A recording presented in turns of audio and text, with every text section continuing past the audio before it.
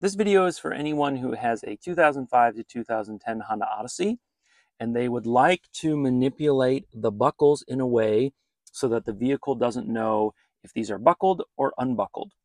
And I'm just going to show the procedure super fast and then I'll go into some details. So if you just want the procedure, you don't have to watch this whole video, but if you want to know a little bit more about it, you can watch that too.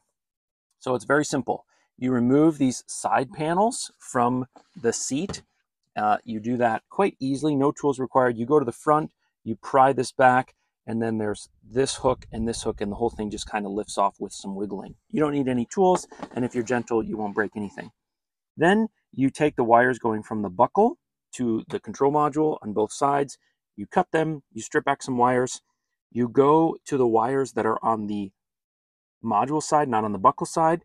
You short together the blue and the black wire. You can twist them and use electrical tape. You can solder them. You can butt connector them, whatever you want. And you cut the gray wire and leave it completely disconnected. So that blue and black are shorted together and gray is open.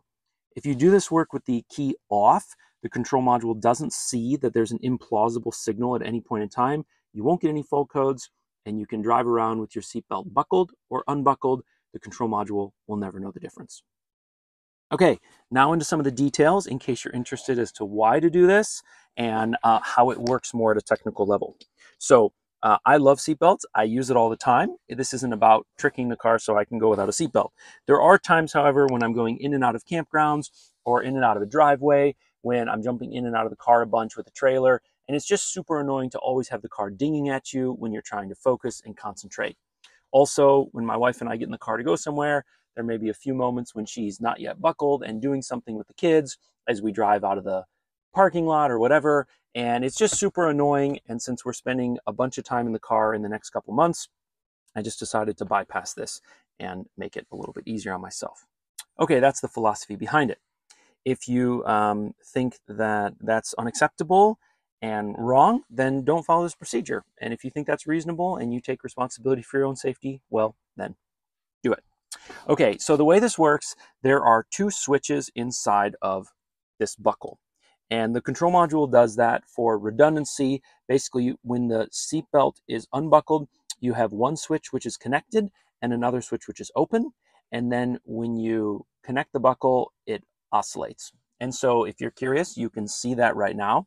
So 0.2 ohms of resistance means that the blue and the black wire are connected. And then when I disconnect the buckle, it goes out of limit. And then when I connect it, it goes back. And if you go from black to gray, you'll find the opposite, where when the buckle is buckled, it's open circuit. And when you disconnect it, it goes closed. So basically there's a redundancy in there. Now, the control module's not sophisticated or programmed to ensure that this gray wire ever has any activity on it. And so you can just cut it and leave it disconnected and the control module will never know the difference. A smarter control module or more sophisticated software could run a plausibility check and make sure that the system occasionally is showing an unbuckled buckle. But to our benefit, it doesn't do that. And so it doesn't ever give you trouble. You do want to do this work with the engine off and the key out. The reason why is as you're disconnecting these, at some point when you cut all three, the control module sees that nothing's connected. So it doesn't show a buckled or an unbuckled position. It shows an implausible connection, and that'll give you some trouble. You'll get some fault codes. You'll have to clear them out with a scan tool, which I did. I ran around town for a couple weeks now in this configuration, have not had any trouble, no fault codes, and so I know it works, and I hope this was helpful for you. If not, give this thing a thumbs down, and have a great rest of your day.